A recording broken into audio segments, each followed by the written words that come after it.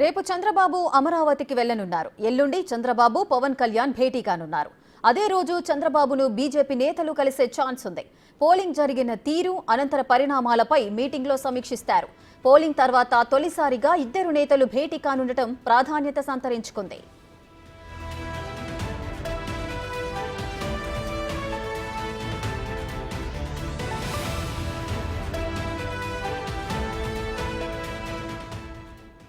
రేపు చంద్రబాబు అమరావతికి వెళ్లనున్నారు.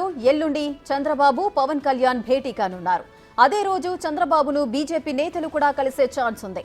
పోలింగ్ జరిగిన తీరు, అనంతర పరిణామాలపై మీటింగ్లో సమీక్షిస్తారు. పోలింగ్ తర్వాత తొలిసారిగా ఇద్దరు నేతలు భేటీ కానుండటం ప్రాధాన్యత సంతరించుకుంది.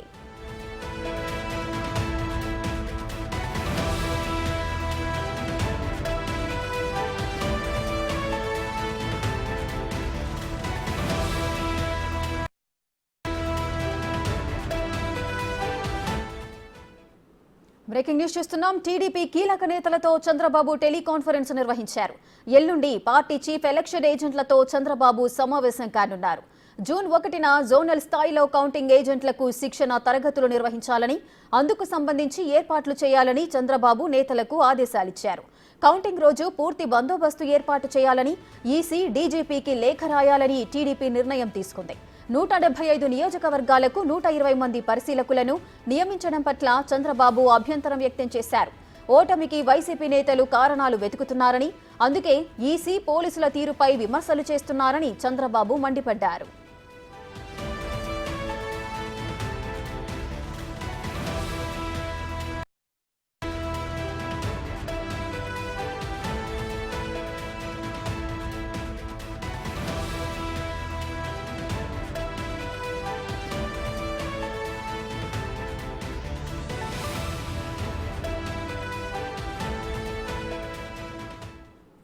మరింత సమాచారం మా ప్రతినిధి శివ లైవ్ లో అందిస్తారు.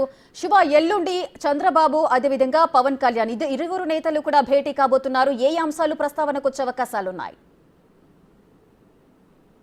ట్రెగా మొత్తం మీద చూసుకుంటే నిన్నటి వరకు అంటే ఏదైతే పోలింగ్ ప్రక్రియ జరిగిన తర్వాత ఇటు పవన్ కళ్యాణ్ హైదరాబాద్లో, చంద్రబాబు అమెరికా పర్యటనకు వెళ్ళిపోయారు. ఈ నేపథ్యంలో ఈరోజు ఉదయం చంద్రబాబు హైదరాబాద్ చేరుకున్నారు. రేపు సాయంకాలం చంద్రబాబు అమరావతి రాబోతున్నారు.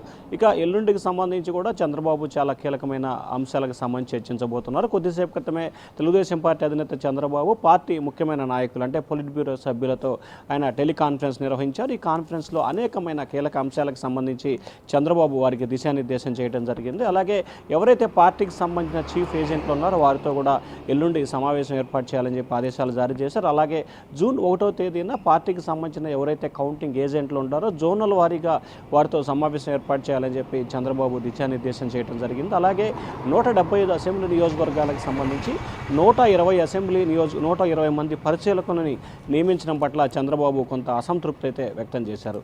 మరొక వైపు వైఎస్ఆర్సీపీకి సంబంధించి కూడా పూర్తి స్థాయిలో ఓటమి అంచున పడింది. ఓటమి భయంతోనే ఎన్నికల అధికారులపై, పోలీసులపై తీవ్రస్థాయిల విమర్శల వర్షాన్ని గుప్పిస్తూ ఉన్నారు. మరొక వైపు పోస్టల్ బ్యాలెట్ విషయంలో వైఎస్ఆర్సీపీ అనవసర రాద్ధాంతం చేస్తూ ఉంది. అలాగే తెలుగుదేశం పార్టీ నేతలు చాలా క్లియర్ కట్గా స్పష్టంగా ఉండాలని చెప్పి కూడా చంద్రబాబు ఆదేశాలు జారీ చేయడం జరిగింది. అలాగే ఎల్లుండి తెలుగుదేశం పార్టీ అధినేత చంద్రబాబు, అలాగే జనసేన పార్టీ అధినేత పవన్ కళ్యాణ్, అలాగే బీజేపీ నేతలతో కూడా కీలకమైన సమావేశం జరిగే అవకాశాలు కనిపిస్తూ ఉన్నాయి. ఎల్లుండి ఉదయం జనసేన అధినేత పవన్ కళ్యాణ్ హైదరాబాద్ నుంచి అమరావతి చేరుకుంటారు. చంద్రబాబు నివాసంలో వీరి ముగ్గురు భేటీ అంటే చంద్రబాబు, పవన్ కళ్యాణ్, అలాగే బీజేపీకి సంబంధించిన నేతలతో కూడా సమావేశం జరుగుతుంది. ఇప్పటివరకు జరిగిన పరిణామాలు, రాష్ట్రంలో 175 అసెంబ్లీ నియోజకవర్గాల్లో జరిగిన పోలింగ్ సరళి, అలాగే కులాల వారీగా, ప్రాంతాల వారీగా జరిగిన ఓటింగ్ శాతం, ఏ పార్టీలకి ఓట్లు వచ్చే అవకాశం కనిపిస్తూ ఉంది, తెలుగుదేశం పార్టీ ఎన్ని నియోజకవర్గాల్లో గెలవబోతోంది, జనసేన ఎన్ని నియోజకవర్గాల్లో గెలవబోతోంది, బీజేపీ ఎన్ని నియోజకవర్గాల్లో